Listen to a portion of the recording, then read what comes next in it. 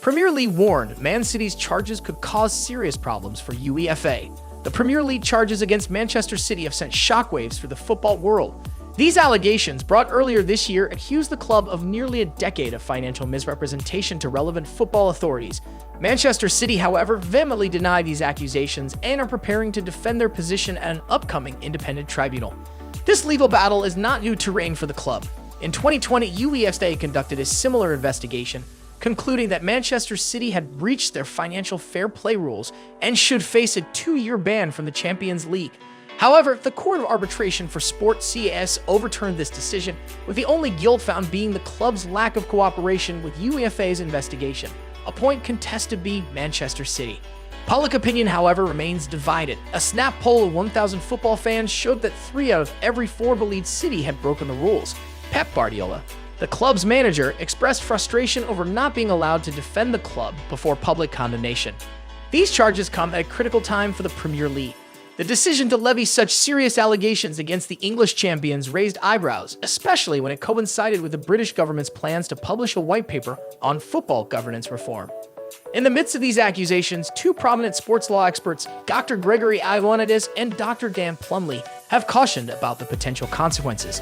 They emphasize the danger to the autonomy of sports self-regulation, suggesting that UEFA could face serious unrest from its member clubs, possibly to the point of mutiny.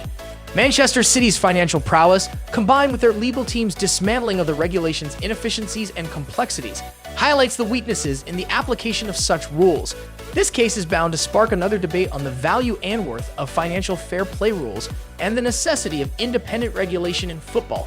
The impending tribunal will have far-reaching implications. The nature and magnitude of the charges are unprecedented, leading industry experts to predict that it may take years to reach a resolution. While public knowledge of the case remains limited, the CS verdict and the details that have surfaced suggest that City could potentially be found guilty of not cooperating with another investigation. However, Dr. Ioannidis and Dr. Plumley argue that the Premier League must meet a higher standard of proof given the seriousness of the allegations. It's not enough for the Premier League to argue that City failed to cooperate.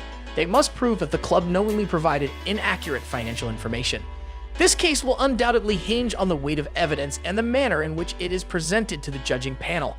The outcome of this legal battle will not only impact Manchester City, but also the Premier League and its ability to regulate the financial aspects of the sport. In conclusion, the Premier League charges against Manchester City have triggered a complex legal battle with profound consequences.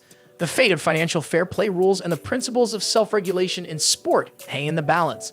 The football world will be closely watching as this case unfolds, eager to see how it reshapes the landscape of football governance.